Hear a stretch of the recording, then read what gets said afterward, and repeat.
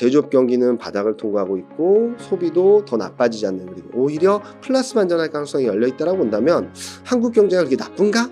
라는 생각을 할 수 있을 것 같아요. 수급이 더 불안정해지기보다는 이제 7월 이번 주 CPI를 확인하고 그러면서 좀 더 안정을 찾아가지 않을까 생각을 하고 있으니까,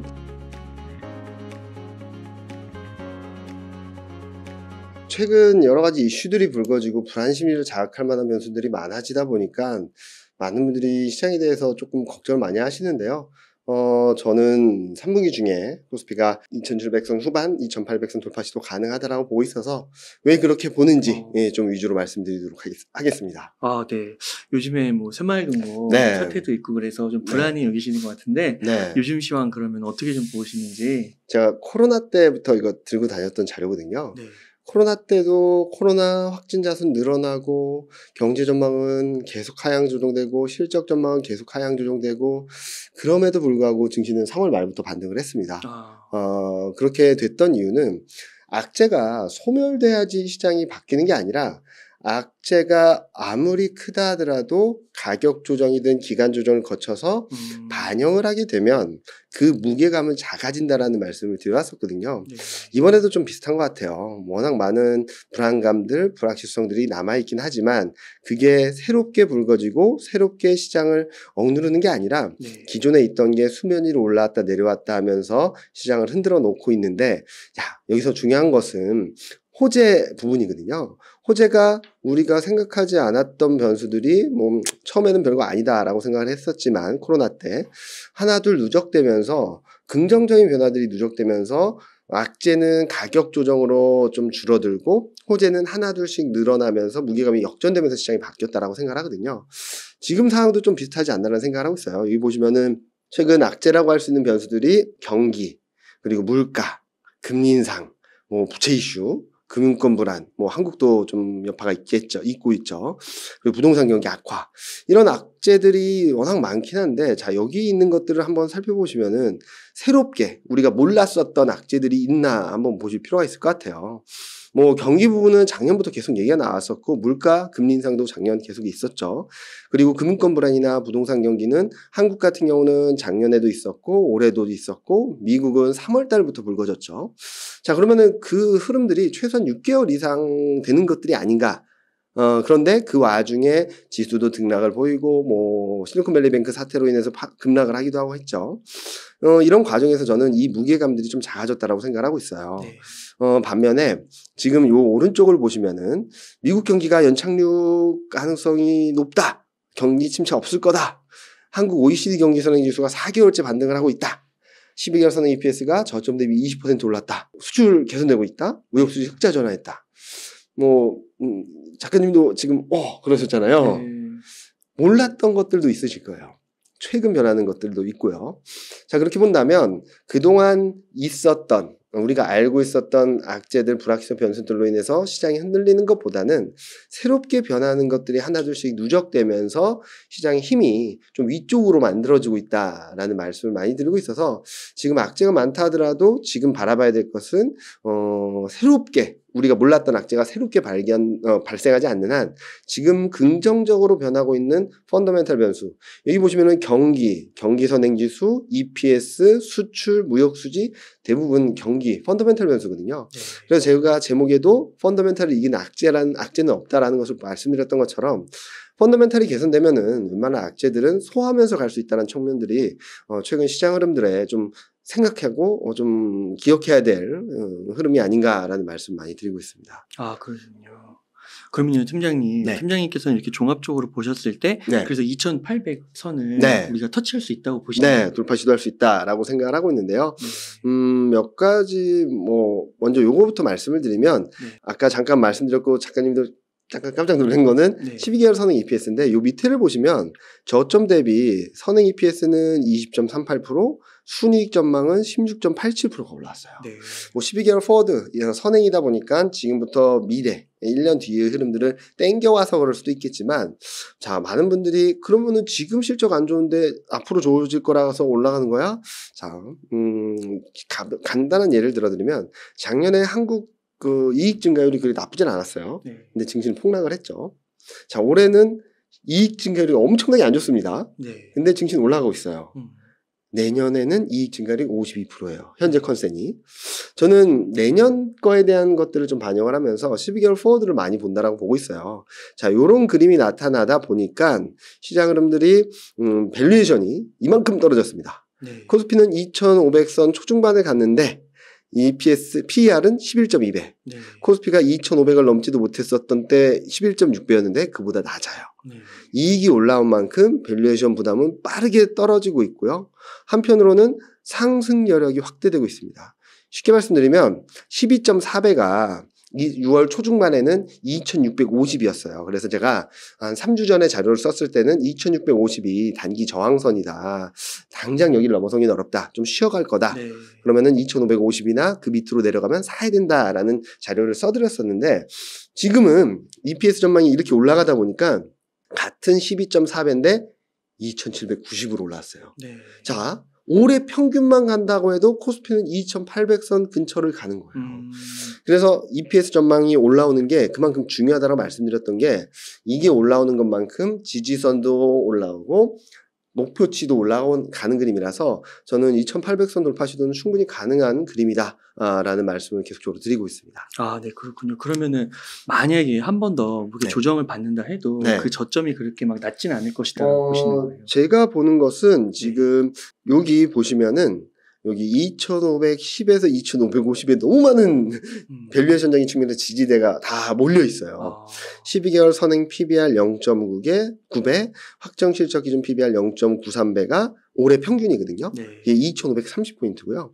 그리고 선행 PER 11.2배. 이게 올해 평균의 마이너스 2표준 편차예요. 그러니까 올해만 봤을 때 굉장히 저평가되었다라고 볼 수 있는 레벨인데 그게 2,510포인트. 네.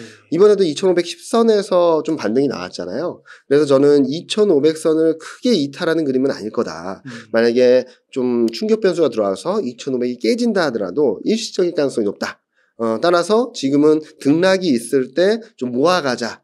그러면은 7, 8월 중에는 코스피 2,800선 돌파 시도, 2,790선인데 또 상향 조정되면 이게 또 올라가겠죠.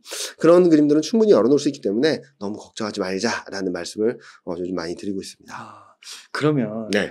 그 시청자분들 가운데서 네. 정말로 좀 요즘 불안해 여기시는 게 좀 있으신 것 같아요. 좀 그게 약간 막연하다 해도 네. 그런 이유는 네. 뭐라고 좀 보세요?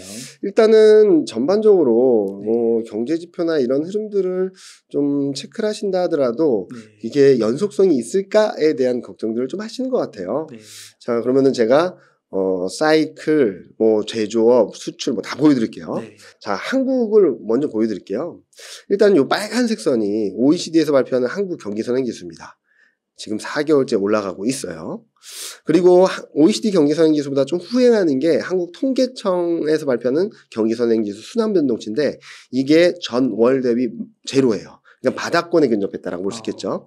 그러니까 경기가 이제 21년 상반기에 정점을 찍고 거의 2년 가까이 떨어졌던 그림에서 바닥을 통과하고 있다라는 시그널로 볼 수 있을 것 같아요. 네.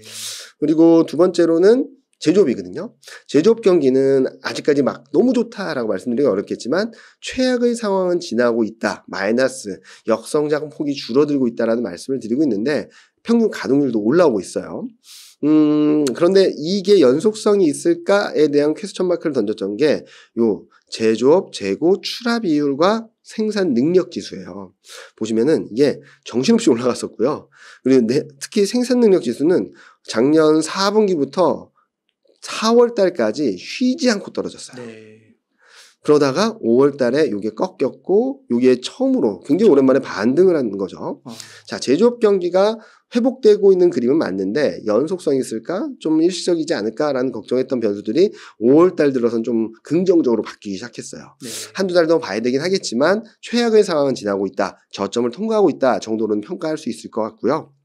많은 분들이 소비 나빠, 소비 안 좋아라고 하시는데 자, 소매 판매 같은 경우는 전년 대비 변화를 봤을 때 기저효과의 영향이라고도 볼 수 있겠지만 지금 제로, 거의 보합권까지 올라왔고 기저효과가 거의 없는 승용차, 가전제품, 정보통신기기, 그러니까 내구재 중심으로 소비가 좀 회복되는 그림들이 나타나고 있죠. 소비가 안 좋다라는 것은 아마도 중산층 이하 취약계층들의 소득이나 소비가 조금 어려울 수는 있다라고 보고 있어요.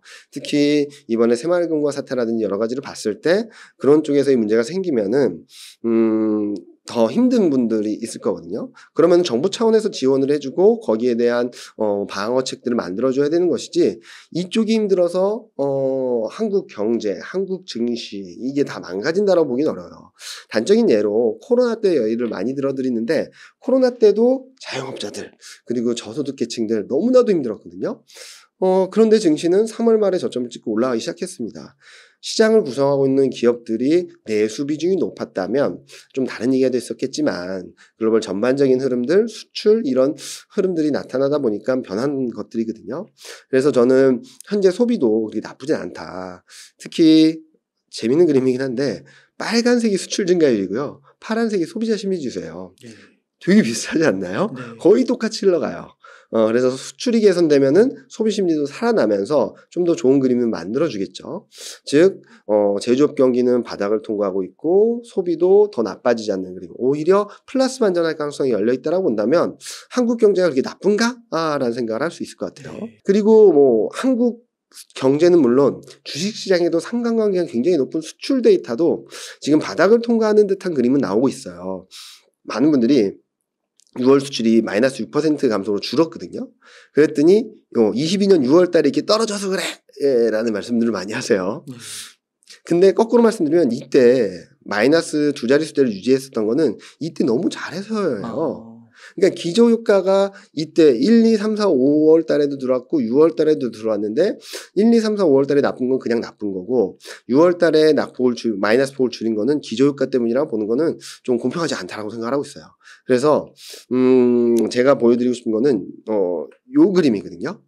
수출 금액입니다. 네. 근데 여기에는 조업일수, 영업일수가 좀 포함되어 있어서 등락은 있는데 보시면은 3월 달에 삐쭉하긴 했지만 자 1월, 2월, 4월, 5월, 6월 네. 방향성이 어떻죠? 올라가고 있어요. 네. 반도체 수출도 마찬가지입니다. 1, 2월, 4, 5, 6.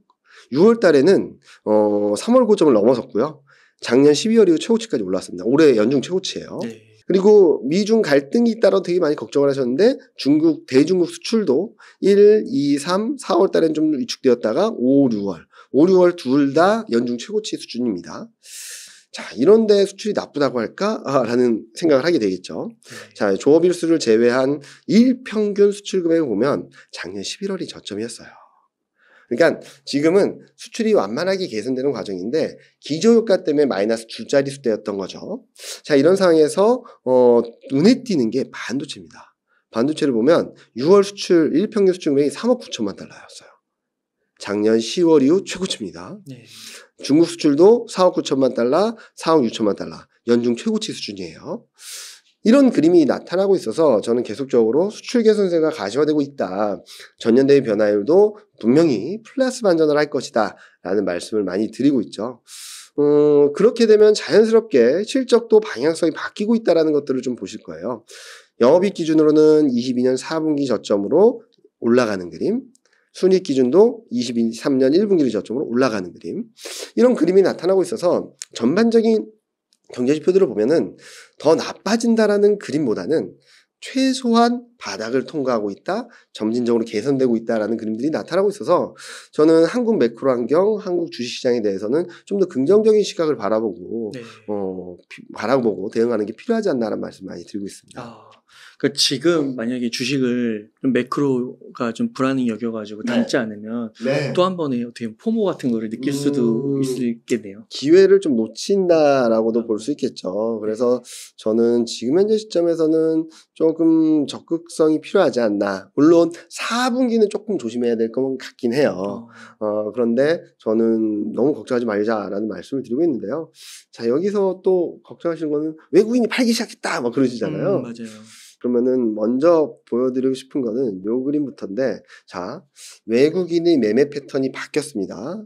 자, 보시면은 올해 많이 샀다라고 말씀들 많이 하시는데 작년 7월부터 계속 샀어요. 근데 사는 패턴이 6조 샀다 2조 팔고, 7조 샀다 1조 팔고, 8조 샀다 2조 팔고, 8조 샀다 지금 2조 정도 팔고 있거든요. 우상향이네요. 우상향이에요. 네. 그리고 패턴이 비슷해요. 네. 7에서 8조 사고 1조 후반에서 2조 정도를 팔아요. 근데 눈에 띄는 게 작년 7월부터 올해 3월 21일까지는 떨어지면 사고 오르면 팔았어요. 그러니까 2,300대 가면은 외국인이 한 7조에서 8조 정도 삽니다. 근데 쭉 올라와서 2,400, 500 가면은 외국인이 한 1조 후반에서 2조만 팔아도 이게 다시 2,300대로 와요. 왜? 산 사람이 없으니까. 네. 그러면 또 사요. 계속 이 박스권에서 샀다 팔았다 했는데, 자, 3월 22일부터 변했던 것은 코스피가 2,450에서 2,600을 넘는 과정이었고, 원달러 환율도 1,300원에서 1,340원을 가는 과정이었는데 외국인이 8조를 샀어요. 네. 지금까지 싸져야, 지수가 낮아져야 샀는데 3월 22일부터 6월달까지는 달랐던 거예요. 자, 그럼 왜 그럴까 보면은 시작점은 아까 말씀드렸던 12개월 선행 EPS가 올라오면서 시작된 거라고 보고 있어요. 자, 이게 파란색이 선진국 대비 한국의 12개월 선행 EPS 상대 강도예요. 누가 센가. 이렇게 떨어지면은 한국 EPS가 되게 약하다. 실적 전망에 대한 기대가 너무 떨어지고 있다라는 그림이고, PER 상대 강도는 올라가면 올라갈수록 밸류에이션 부담이 커진다. 라고 볼 수 있는데, 이게 3월 말을 기점 12개월 선행 EPS가 올라오기 시작하면서 이게 반등하기 시작했고요. 밸류에이션 부담은 4월 초를 기점으로 꺾이기 시작했습니다. 자, 외국인 입장에서 선진국보다 실적 매력은 더 떨어지고 밸류에이션 부담은 커지는 한국 시장이었는데, 이제 이 한국 시장의 매력도가 최바닥에서 이렇게 턴을 하고 있다는 그림이 나오면서 3월 말부터 앞서 보여드렸던 그림을 보면 3월 22일부터 외국인이 매수하기 시작했다는 거죠. 그리고 또 하나의 변수는 환율이에요. 원달러 환율이 이게 원화 약세 강도인데, 달러보다 원화가 얼마나 약한지, 올라가면 달러보다 더 약하다는 거거든요. 네. 이게 쫙 올라갈 때 외국인이 팔았어요. 그러다가 이게 20년 이후 고점권에 근접하니까 외국인이 사기 시작한 거거든요. 이 가격대면은 더 올라가기보다는 환차익을 볼 수 있겠는데 하면서 사기 시작했던 거예요. 그래서 5월 초까지 더 올라가긴 했지만 이게 급격히 떨어지면서 외국인 입장에서는 주가 수익보다, 수익 말고도 좁게는 5%, 많게는 8%포인트의 수익을 네. 더 얻은 거예요. 그러다가 이제 6월 들어서면서 이게 반등을 하니까 외국인이 일부 차익 실현했는데, 이게 또 이렇게 꺾이려는 모습들을 보여주고 있어서 저는 외국인 수급은 너무 걱정하지 말자. 특히 환율 변수가 중요하다라 말씀드렸는데, 6월 달에 한국 무역 수지가 16개월 만에 흑자 전환했고요.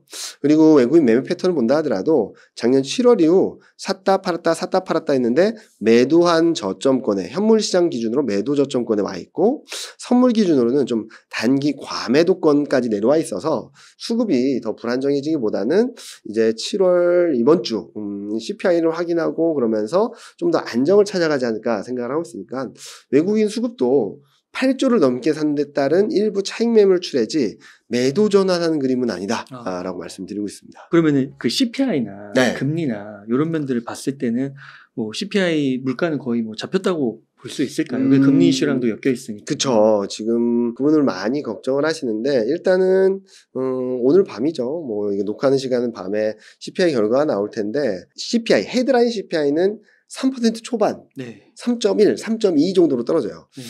5월달이 4였는데 네. 거의 0.9%포인트 떨어진다는 거죠.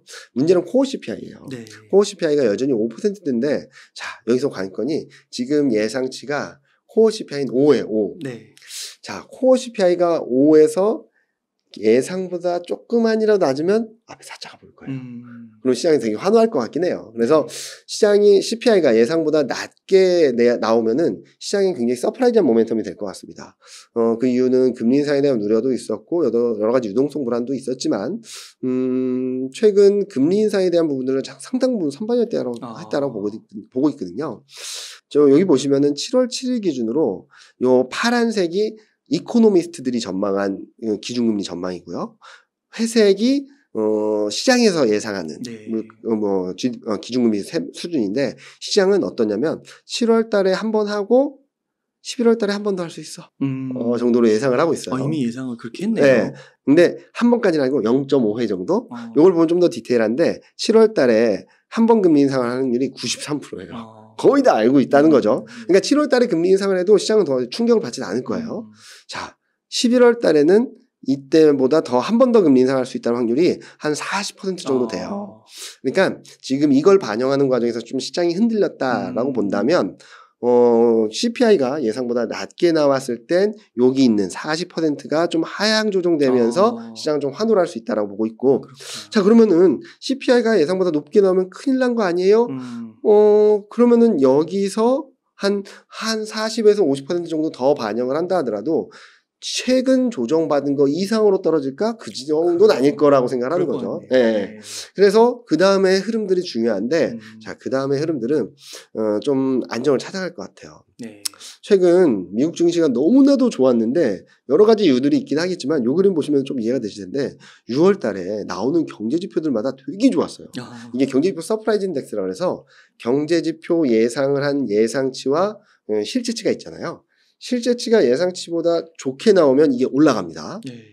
나쁘게 나오면 내려와요. 근데 최근 6월 달은 쫙 치고 올라가서 굉장히 좋았던 거예요. 그 결과 여기 보시는 것처럼 야 이번에는 경기 침체 없을 것 같아. 라는 생각을 했던 거죠. 그래서 시장이 강했다가 최근 뭐 유동성 문제도 있고 추가적인 금리 인상 우려가 있으면서 흔들렸는데 자 이제 봐야 될 건 이게 고점 수준이라는 거예요. 네. 자, 이건 무슨 의미냐? 서프라이즈 인덱스가 고점까지 왔다라는 것은 경제지표가 그동안 좋았다는 의미도 되는 한편 경제지표, 경기를 바라보는 눈높이가 높아졌다라는 거죠. 자, 그럼 눈높이가 높아지면은 경제지표가 나올 때 높아진 눈높이를 더 높게 나오기는 어려워져요. 예상했던 것보다 좀 안 좋은 지표들이 나오겠죠. 자, 그러면은 무슨 일이 벌어질까? 앞서 보여드렸던 이 확률이 또 떨어지면서 시장의 안정을 찾아갈 거라고 생각하는 거죠. 물론 경기가 불안하다라는 것들이 있어서 아마 미국 증시는 뭐 저점권에서 왔다 갔다 하는 정도로 생각을 하고 있어요. 왜냐면은 경기 불안, 그 경기가 좀 불안정해져야지 금리 인상에 대한 우려가 후퇴할 것이고 경제지표가 좋게 나온다면 경기는 괜찮지만 금리 인상에 대한 부담을 사면서 시장이 왔다 갔다 할 거라고 생각하거든요. 네. 그러니까 미국 증시는 좀 시속 게임 같아요. 당분간은. 네. 경기와 통화정책 간에 있어서 좋으면 이게 떨어지고 이게 올라오면 이게 떨어지고 왔다 갔다 하는 그림이라서 좀 6월 달에 너무 강했던 미국 증시가 7, 8월 달엔 좀 쉬어갈 수 있지 않을까라는 말씀을 드리고 있고요. 그러면 한국은 뭐 때문에 올라가니? 물어보시면은 저는 중국 변수를 좀 기대하고 있어요. 네. 미국하고 반대인 걸 확실하게 아실 거예요.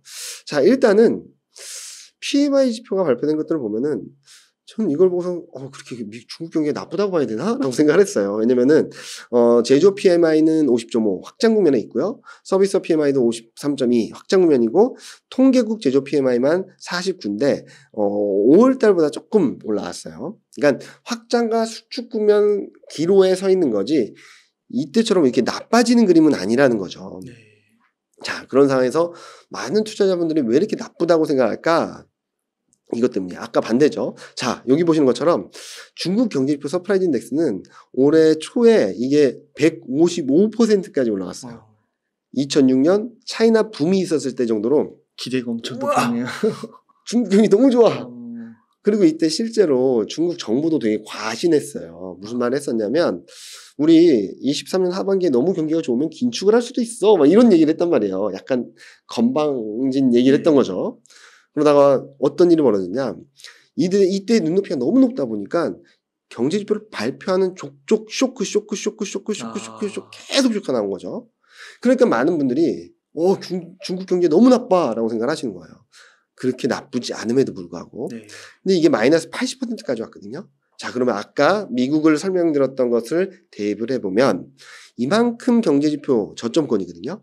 경제지표에 대한 눈높이가 낮아졌으면 앞으로 경제지표들은 더 예상보다 더 못한 결과를 보여주기보다는 예상에 부합하거나 예상보다 좋은 그림들을 좀 보여주기 시작하겠죠. 네. 실제로 여기 차이신 제조 PMI 50.5는 원래 예상치가 50이었어요.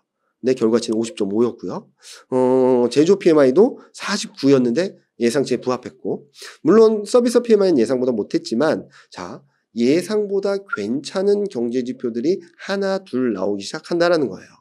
특히 다음 주 17일 오전 11시에는 소매 판매 산업 생산 요거죠. 소매 판매 산업 생산 투자 증가율 이게 다 나오는데 이거보다 좀 더 낮을 거예요. 예상치는 되게 낮은 그림을 보여줄 텐데 자, 예상했던 것보다 조금이라도 괜찮거나 양호한 그림이 나오면 아마 요거를 다시 한번 보셔야 될 것 같아요. 이게 뭐냐면 22년 4분기부터 24년 4분기까지 경제 성장률, 산업 생산 증가율, 소매 판매 분기별로 나타나는 건데 자, 그냥 상징적으로 GDP만 볼게요. 2.9, 4.5 작년 기조가 너무 커서 7.4긴 하지만 2.9, 4.5, 5, 5.4 어떻게 보이시죠?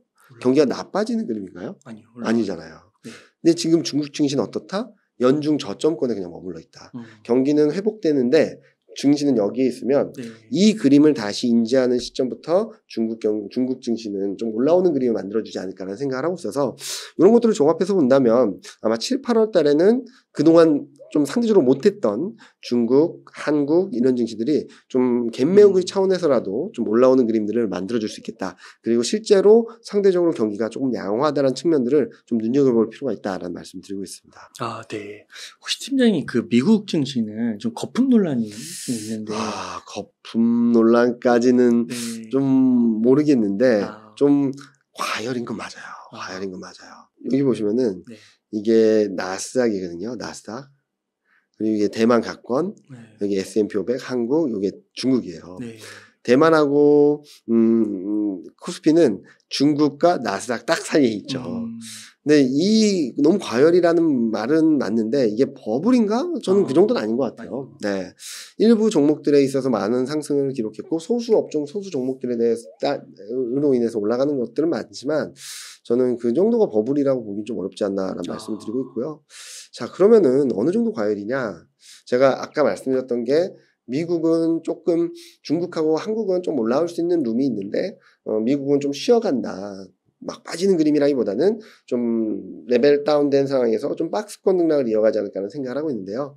좀 과열 양상이 너무 짙어요. 일단은 전미투자협회에서 발표하는 강세 약세 전망 스프레드가 21년 하반기 이후 최고치까지 올라왔고요. 그러니까 강세에 대한 기대가 너무 크다는 거죠. 네.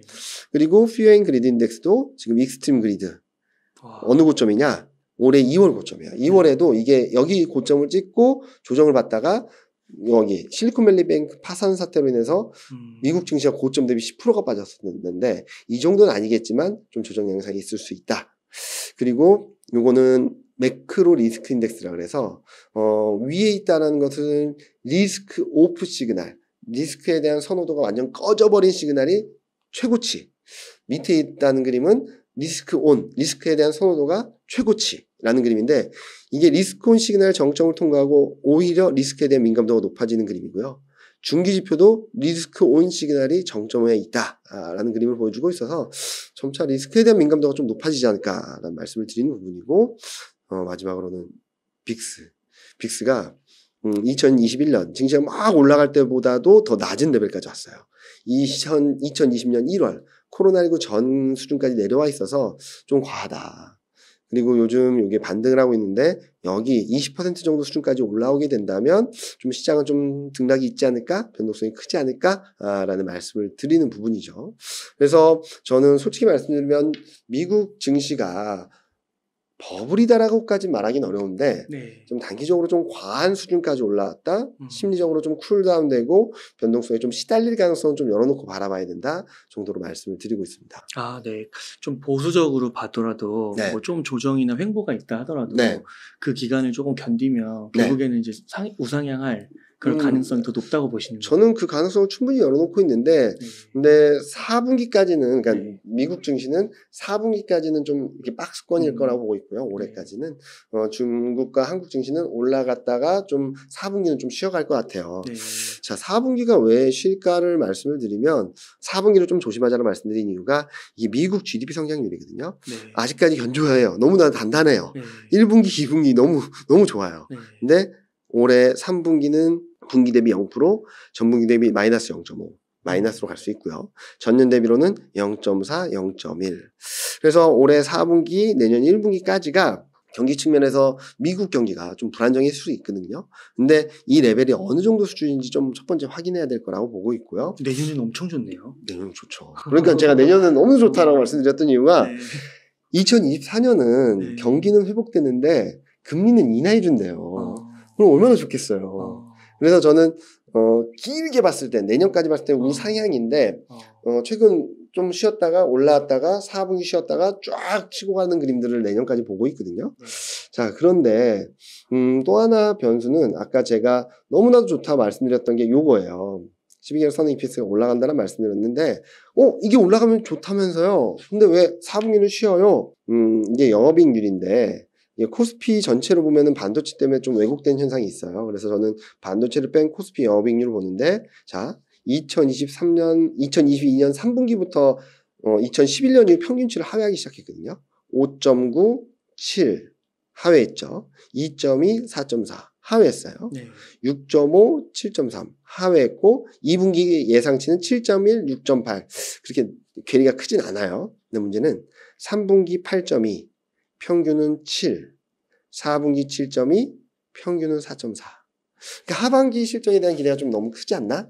그러면 이제 2분기 실적 시즌 지나면서 3분기, 4분기 실적이 하향 조정되면 이렇게 올라가던 12개월 선의 EPS가 좀 쉬었다가 다시 올라가는 그림이 나타날 수 있어서 전 4분기를 앞서 보여드렸던 미국, 유럽 경기에 대한 불안감들 여기다가 한국 기업 이익 전망을 좀 하향 조정하면서 12개월 선의 EPS가 좀 쉬어가는 그림들을 열어놓고 있어서 4분기는 좀 쉴 수 있다. 근데 4분기가 쉰다라 그래서 이제 시장 끝났나? 아니라 내년을 준비하는 굉장히 중요한 시작점이 될 수 있기 때문에 오늘은 7월, 8월까지 말씀드리긴 하겠지만 4분기도 굉장히 중요한 포인트다라는 말씀을 드리고 있습니다. 4분기도 그리고 또 엄청난 조정 이런 건 아니죠? 그런 정도는 아니고 코스피가 2800선까지 갔으면 한 2500에서 2700 만약에 미국 증시가 생각하는 것보다 좀 나쁘다 하면은 2400에서 2600 정도의 박스권 등락으로 보지 2300, 2200, 2000 이런 레벨이 크게 떨어지는 그림은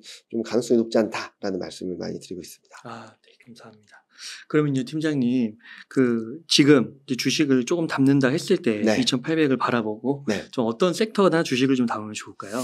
자, 제가 요즘 많이 말씀드리는 거는 네. 너무 비슷한 업종들이 많이 캐치가 돼요. 네. 자, 제가 오늘은 솔직히 말씀드리면은 순환매 대응하는 종목들을 안 가져왔어요. 네. 왜냐면은 최근 보면은 주도주들이 좀 쉬는 것 같아서 주도주들을 다시 담자. 코스피가 쉴 때 같이 쉬고 올라갈 때 같이 올라가는 게 주도주라고 보고 있거든요. 그래서 그동안 말씀드렸던 반도체, 전기차, 2차전지, 신재생에너지, 방산, 인터넷 정도를 보고 있어요. 얘네들의 재정도 투입되고 법안도 만들어지고 부양책도 만들어지고 막 엄청난 드라이버가 걸리고 있는데 자, 이것만 보면은 그냥 소설 쓰는 것 같잖아요.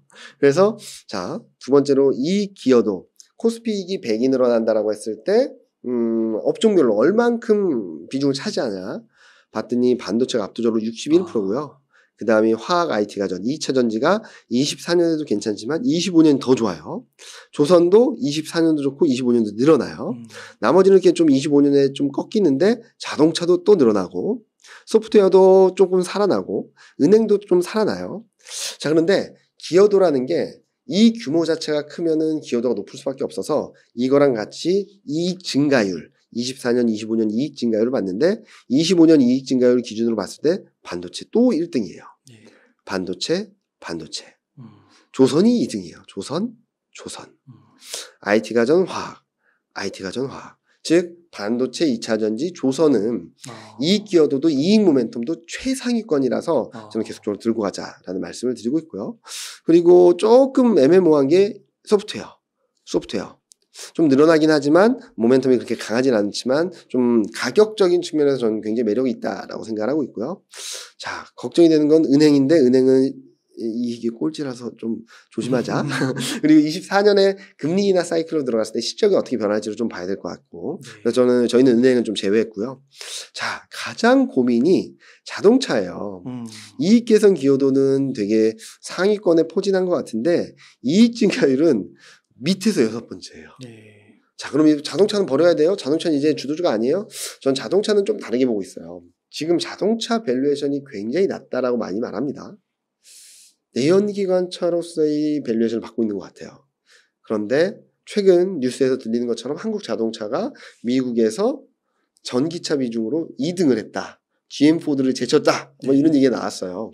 자, 그럼 이제 관건은 지금까지 받았던 내연기관차로서의 밸류에이션을 이어갈 것인지 아니면 전기차 비중이 빠르게 확대되면서 전기차로서의 성장성을 재평가받을지의 기로에 서 있다고 보는데 전 자동차는 2024년, 25년 지나면서 전기차에 대한 밸류에이션 재평가 가능성이 높다고 보고 있어서 반도체, 2차전지, 자동차, 조선, 인터넷까지를 굉장히 선호한다라는 말씀을 드리고 있죠. 자, 이런 상황에서 2분기 실적 시즌입니다. 2분기 실적 시즌도 무시할 수 없어요. 그래서 2분기 실적 업종별로 봤을 때 실적 전망이 상향 조정되는 업종들을 보면 운송, IT 하드웨어, 기계, 철강, 자동차, 화학 여기에 반도체까지 있어요. 근데 이거는 컨센서스 전망치다 보니까 자, 수출 데이터까지 접목을 해서 볼게요. 보면은 선박 조선이죠. 디스플레이, 반도체, 철강, 자동차, 컴퓨터, 섬유, 기계. 그러면은 요 두 가지를 매칭해서 보면 반도체가 여기도 있고 여기도 있어요. 네. 그리고 운송은 뭐 물류니까 IT 하드웨어는 IT 하드웨어 여기 보시면은 뭐 일반 기계라든지 컴퓨터 이런 것들이 있고 기계, 일반 기계, 철강, 자동차 또 매칭이 되고 있잖아요. 네. 그래서 저는 2분기 실적 시즌을 본다 하더라도 반도체, 자동차, IT 하드웨어, 운송, 기계, 철강 정도로 보고 있어서 반도체하고 자동차는 계속적으로 관심 있게 바라보자 라는 말씀을 드리고 있어요. 그래서 지금은 주도주, 실적도 좋고 수급도 들어오고 외국인 순매수가 계속적으로 들어가는 업종이 반도체, 자동차, IT 가전, 기계 이렇게 딱 4개 업종이거든요. 이 업종들에 계속적으로 관심을 가져야 될 때다. 최근 외국인이 좀 순매수 전하는 업종들이 중에서 튄 게 조선이고요. 네. 운송이 좀 움직이고 있고 그런 것들을 좀 염두에 두고 본다면 종합적으로 말씀드렸을 때 반도체, 자동차를 최소화하고 있다라고 말씀드릴 수 있겠고 트레이딩 관점에서는 인터넷 그리고 최근 보면 조선이 너무 많이 올랐어요. 그래서 조선을 따라가는 전략이 부담스러우시다면 4분기 기회를 한번 노려보시면 좋겠고 지금은 최근 조정받은 반도체하고 좀 쉬어갔던 자동차 그리고 인터넷 이렇게 3개를 가지고 한 7, 8월 달을 한번 지나보시면 코스피보다는 좀 수익률이 좀 낮지 않을까라는 말씀을 많이 드리고 있습니다. 반도체가 요 며칠 사이에 조금 많이 올라서 전에 올라서 조정을 좀 받는가 했더니 다시 또 어젠가부터 이렇게 오르기 시작하더라고요. 그래서 제가 뭐 문달 책방에서 말씀드렸을지 모르겠지만 반도체 대장주의 앞자리가 바뀌면 사야 된다라는 말씀을 드렸었던 것 같아요. 그러니까 7자였잖아요, 계속. 근데 최근 며칠 동안 6자를 보여줬어요. 맞아요. 사야 될 때입니다. 앞자리 숫자가 6자가 보이면 그때부터는 흔들리는 대로 계속 사야 된다라고 말씀드리고 있거든요. 뭐 그런 것들을 좀 염두에 두시고 대응을 하시면은 만약에 이번 주 뭐 좀 더 흔들려서 6자를 또 보여준다라고 하면 사야 되죠. 네. 사야 된다라고. 소부장도 되게 잘 올라가더라고요. 굉장히 많이 올라간 거 있죠. 굉장히 많이 올라가고 뭐 2차 전지 부럽지 않게 올라가는 것들이 꽤 있는데 저는 계속적으로 좋게 보고 있어요. 근데 단기적으로 좀 과하게 올라온 부분들에 대해서는 조금은 비중을 줄이고 오히려 비슷한 성격이긴 한데 덜 오른 종목이나 이런 쪽들을 봐야 된다.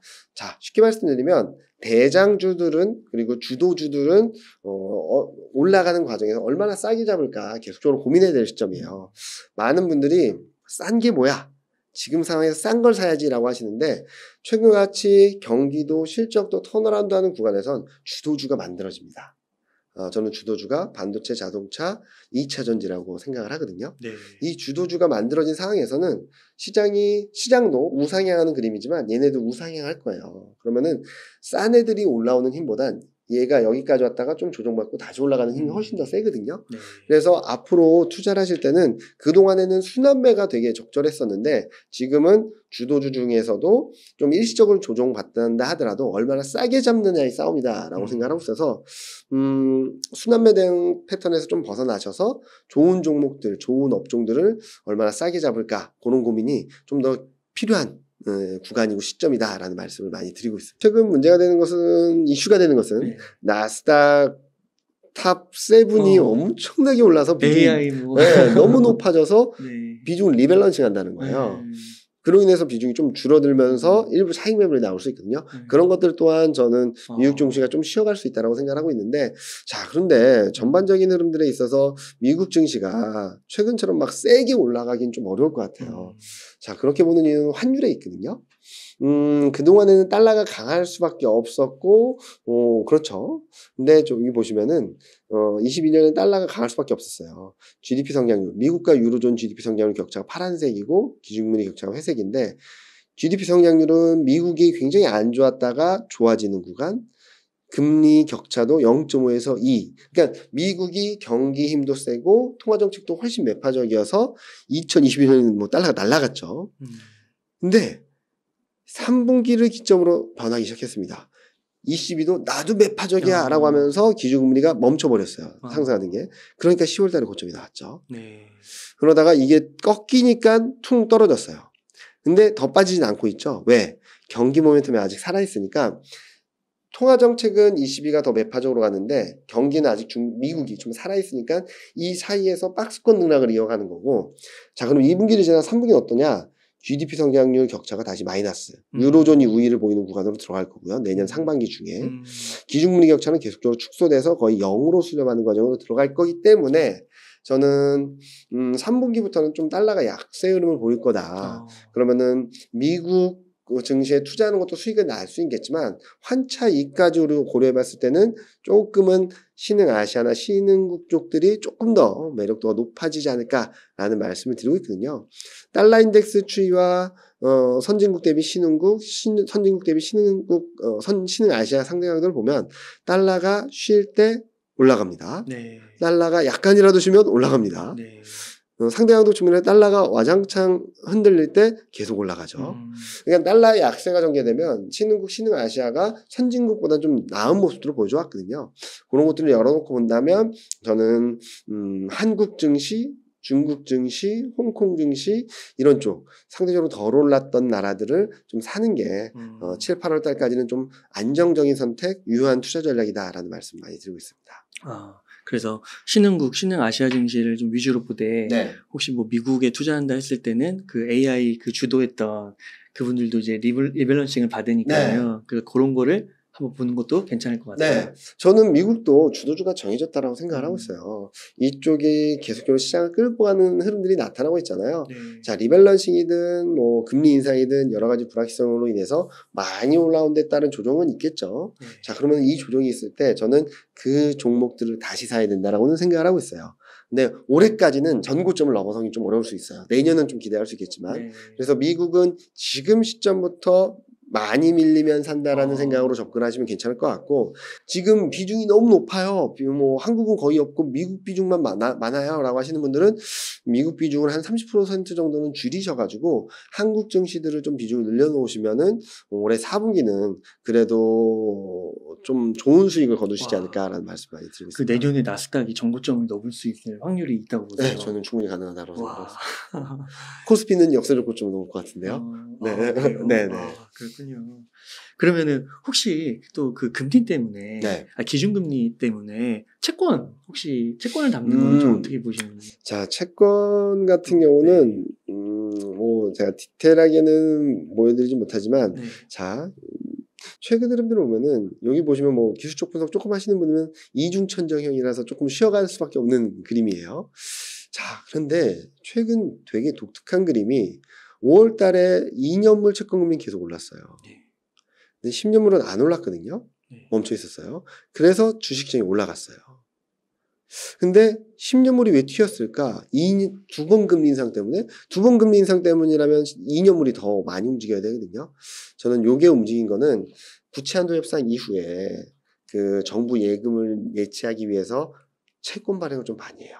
채권 발행을 많이 하면 수급의 여건상 공급이 많아지면 가격은 떨어지고 금리는 오르겠죠. 그런 변수들도 좀 있었다. 왜? 만약에 두 번 금리 상에 대한 걱정들이 너무 셌다라고 하면은 달러도 움직였어야 했는데 달러는 별로 안 움직였거든요. 그래서 저는 채권 금리도 지금 연중 고점권에 와 있잖아요. 연중 고점을 꺼내와 있는데 여기를 크게 올라가는 그림은 아닐 거다라는 말씀 많이 드리고 있어요. 그래서 올해는 주식도 채권도 트레이딩 바이라고 생각합니다. 채권 금리도 올라가면 사고 많이 퉁 떨어지면 팔고 올라가면 사고 요 매매 패턴을 가져가시거나 아니면 이렇게 샀다 팔았다 하기 힘드신 분들은 그냥 어느 정도 레벨까지 오면은 담아간다라는 생각을 하시면은 아마 내년에는 되게 좋은 그림을 보실 수 있을 것 같거든요. 특히 달러를 보시면은 최근 위험 선호 심리가 커졌다라고 보기까지는 어려워요. 달러는 고점을 계속적으로 낮춰가고 있어서 저는 올해 3분기 중에는 100포인트를 깨고 내려갈 거라고 보고 있고요. 4분기 중에는 올해 연말까지는 95 정도 수준까지도 내려갈 수 있다고 생각을 하거든요. 그렇게 보면은 원달러율도 1200원 초반까지 가겠죠. 그러면은 한국 증시가 좋을까, 미국 증시가 좋을까 고민했을 때 전 한국이 좀 더 레벨은 높아지지 않을까라는 말씀 많이 드리고 있으니까 미국 증시에 대한 집중도가 높으신 분들은 이번 기회에 조금 정리하셔서 한국 증시나 중국 증시 비중을 좀 늘려놓으시면은 4분기는 그냥 미국 증시만 들고 가는 것보다는 좀 수익률적인 측면에서 좀 나을 것이다 라는 전망을 드리고 있습니다. 아, 네. 한 가지만 좀 더 질문 드리겠습니다. 그 유동성 측면에서요. 뭐 올해는 좀 뭐 그렇다 쳐도 내년에 가면 확실히 유동성이 좀 더 풀릴 거라고 생각을 하세요? 유동성이 풀린다? 뭐, 금리 인하라면 당연히 유동성이 풀리겠죠. 근데 지금의 가장 핵심은 뭐냐면은 이미 풀린 돈이 너무 많다. 네. 이미 풀린 돈이 너무 많다 보니까 약간의 틈만 생겨도 경기든 시장이든 막 움직이는 거거든요. 네. 자, 코로나 때 어마어마한 유동성을 풀어서 5조 달러 넘는 M2, 그러니까 돌아다니는 돈이 있어요. 자, 줄어들어봤자 1조 달러 줄었나? 뭐 그 정도밖에 안 돼요. 그런 상황에서 금리 인하를 한다? 그러면은 어떻게 보면은 어마어마한 유동성이라는 호수가 있어요. 이만한 호수가 있는데 지금 금리 인상은 이 호수에서 물을 퍼내는 것도 있지만 너무 미약해요. 미약하죠. QT를 한다 그래도 이렇게 하고 있죠. 근데 금리 인상은 이 유동성을 흡수하는 것도 있지만 이 유동성들이 움직이는 물꼬를 다 막았다라고 보는데 금리 인하라는 게 된다면 이 어마어마한 유동성 호수의 물꼬들이 하나둘씩 풀린다고 생각하거든요. 그게 움직이기 시작한다면 자산시장에는 너무나도 좋은 환경이 만들어지지 않을까라는 말씀을 드리고 있어서 내년에는 경기 모멘텀은 살아나고 유동성은 살아나고 그러니까 유동성 모멘텀과 경기 모멘텀이 같이 살아나는 굉장히 보기 힘든 구간으로 들어가서 굉장히 좋은 그림을 만들어 놓칠 수 있지 않을까라는 예상을 하고 있으니까 여러분들은 올해까지는 좀 피곤할 수 있어요. 버티면 되겠네요. 자, 작년 2021년 6월부터 맞아요. 한 1년 반 동안 길었어요. 그냥 매도였어요. 매도. 저도 2021년 10월 달부터 뷰를 꺾으면서 반등시 매도 말씀드렸거든요. 최근에는 조정시 매수, 트레이딩 바이 말씀 많이 드리고 있는데 자, 이렇게 떨어졌던 게 이렇게 올라가는 경우는 별로 없어요. 이렇게 떨어졌던 게 등락을 거치면서 방향성을 만들고 방향성이 갖추어지면 이때부터 쭉 올라가는 그림이거든요. 올해는 왔다 갔다 하면서 저점과 고점을 높여갈 거예요. 그리고 내년에는 바이 앤 홀드. 사놓고 기다리면 수익을 계속적으로 쌓아주는 그런 흐름을 예상을 하고 있어서 올해까지 조금 피곤하시더라도 좀 트레이딩을 하시고 올해 4분기에는 또 한 번의 매수 기회를 잡아보시면 내년에는 수익을 좀 그동안의 고생을 해소할 수 있을 그런 그림을 만들어주지 않을까라는 예상을 하고 있습니다. 네. 조금만 버티면 이제 2024년이네요. 벌써 반 이상이 지나가지고. 맞습니다. 금방 올 겁니다. 여기서 포기해서 진짜 다 던져버리거나 이러면 최악이겠네요. 그쵸. 지금은 만약에 코스피 너무 고점에서 잡고 계신 분들도 좀 기다리시는 게 맞을 것 같아요. 근데 단 이 종목 저 종목 다 같이 올라가진 않을 것 같거든요. 제가 많이 말씀드리는 게 제가 자꾸 반도체 말씀드리는 게 2016년, 17년하고 비슷해서요. 요 그림 보시면 요게 올해 초 이후 반도체 주가 흐름, 코스피 흐름이고 요게 2016년 흐름이에요. 보시면은 2016년에도 버덕을 기다가 한번 레벨업하고 바닥 기다가 레벨업하고 쉬다가 쫙 올라갔다가 4분기에 쉬었어요. 이번에는 좀 빠르죠. 1월 달에 올라왔다 쉬다가 올라왔다 쉬다가 올라왔다 쉬고 이게 쭉 올라가는 그림일 것 같거든요. 이렇게 올라갔다가 한 4분기 쉬었다가 내년에 이렇게 날아갈 것 같다는 생각을 하고 있죠. 이 왜 16년하고 비슷하냐? 2016년에도 반도체 업체들이 감산이 있었습니다. 감산이 있다 보니까 자연스럽게 하반기에 턴어라운드 했고, 이때랑 지금 조금 다른 점은 2017년에 서버 투자랑 데이터 센터 수요가 폭발하면서 시적이 쫙 올라갔죠. 지금도 감산을 엄청나게 했어요. 이번에는 모든 업체들이 감산을 하면서 턴어라운드는 거의 기정사실화 돼 있는 것 같아요. 자, 그러면 24년에는 얼마나 올라갈지는 퀘스천 마크예요, 아직까지. 왜냐면 수요에 대한 얘기를 하는 사람이 별로 없어요, 아직까지는. 근데 재밌는 힌트는 2016년 하반기에도 수요에 대한 얘기를 하는 사람이 없었어요. 지금도 비슷하죠. 자, 그런데 한 기업이 했어요. 2016년 하반기에 수요에 대한 얘기를. 엔비디아. 2016년 하반기에도 엔비디아가 실적 가이던스를 상향 조정하면서 2017년에는 서버랑 데이터 센터 수요가 높아지면서 우리 실적이 좋아질 거다. 그래서 실적 가이던스를 높인다라고 했는데, 최근 엔비디아가 AI 반도체, 챗GPT 막 이런 얘기를 하면서 실적 가이던스 막 높여버렸어요. 맞아요. 아직까지 거기에 대한 가시성을 좀 봐야 되긴 하겠지만 좀 비슷한 그림이 만들어지고 있다라고 보시면 될 것 같고, 이렇게 말씀드리면 주가가 좋다며 왜 이때 고점에서 한참 못 미치고, 자, 이때 고점에서 한참 못 미치는데 주가는 좋아질 거라고? 자, 쉽게 말씀드리면 2016년 하반기에 어느 누구도 실적 레벨이 여기까지 갈 줄 상상을 못했습니다. 무슨 말씀을 드리냐면 2016년 흐름이 어떠냐면 2016년 하반기에는 회복될 거야. 그러다가 좀 더 좋은 그림이 나오니까 사이클이 상승하고 있네.